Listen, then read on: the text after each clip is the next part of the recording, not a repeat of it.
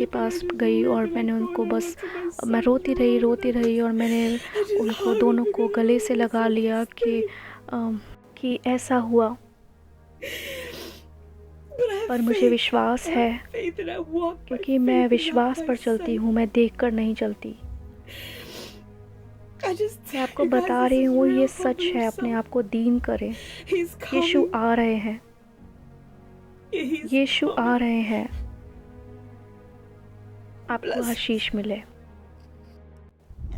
फिर मैंने स्वर्ग को खुला हुआ देखा और देखता हूँ कि एक श्वेत घोड़ा है और उस पर एक सवार है जो विश्वास योग्य और सत्य कहलाता है और वह धर्म के साथ न्याय और युद्ध करता है।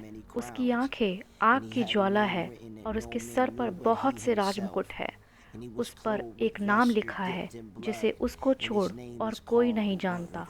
वह लहू छिड़का हुआ वस्त्र पहने है और उसका नाम परमेश्वर का वचन है। स्वर्ग की सेना श्वेत घोड़ों पर सवार और श्वेत और शुद्ध मलमल पहने हुए उसके पीछे पीछे है।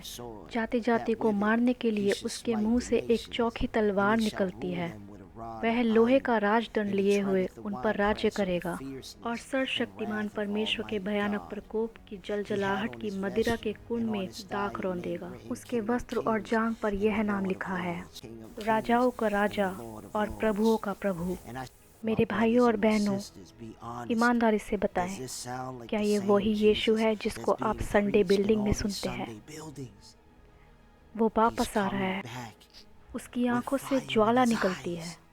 कितने सपने, कितने चेतावनियां उसे आपको देनी होंगी। आप अपनी दुष्टता से बाहर क्यों नहीं आते हैं?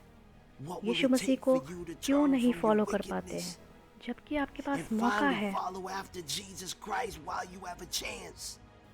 कल पर ना छोड़ें क्योंकि आपके पास कल नहीं है।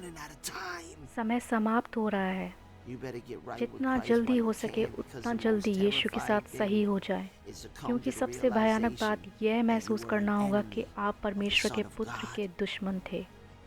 आप तब क्या करेंगे जब यीशु मसीह आसमान फाड़कर नीचे आ जाएगा, वो भी परमेश्वर के प्रकोप के साथ? अपने पापों से फिरे। आपके पास अभी मौका है। भाइयों और बहनों, ये सर्वशक्तिमान की ओर से एक सच्ची चेतावनी है जो उस बहन के द्वारा हम तक पहुंचाई गई है कि परमेश्वर के साथ हम सही हो जाए। आप किस तरफ हैं? आप किसकी तरफ हैं?